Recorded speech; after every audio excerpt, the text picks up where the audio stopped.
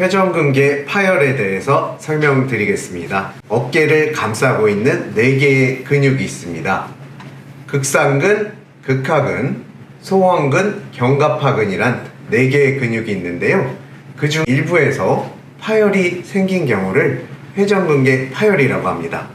가장 많이 파열이 생기는 근육은 극상근입니다. 회전근개 파열에서 약 95%는 이 극상근에서 일어난다고 보시면 되고요.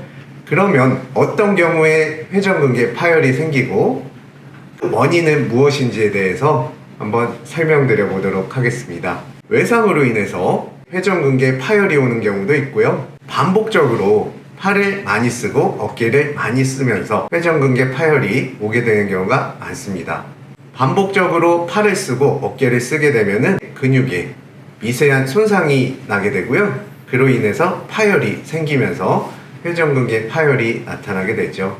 그렇다면 회전근개 파열이 있을 때 어떤 증상들이 나타날 수 있는지에 대해서 설명드리겠습니다.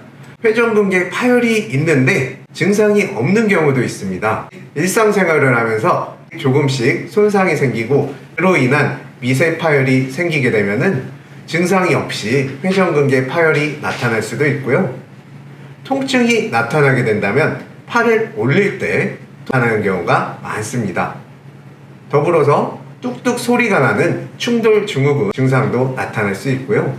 야간에 통증이 심하게 됩니다.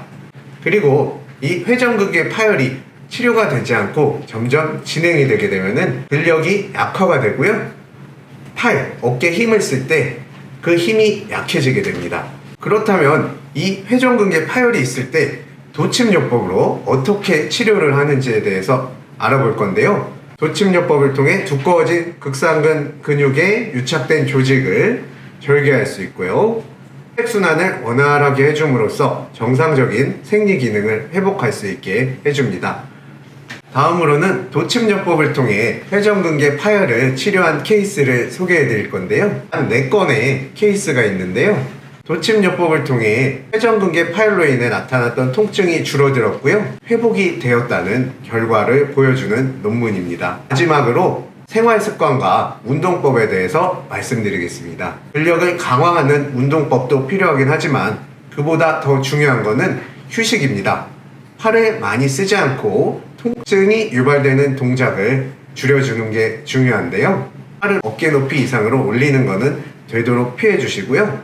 평소에 어깨 관절이 굳지 않도록 이런 스트레칭을 좀 해주시는 것은 추천을 드립니다. 회전근개 파열로 치료를 받는 환자분들이 많이 있습니다. 회전근개 파열이 있으신 환자분들은 도침요법을 치료받아 보시기를 권해드립니다.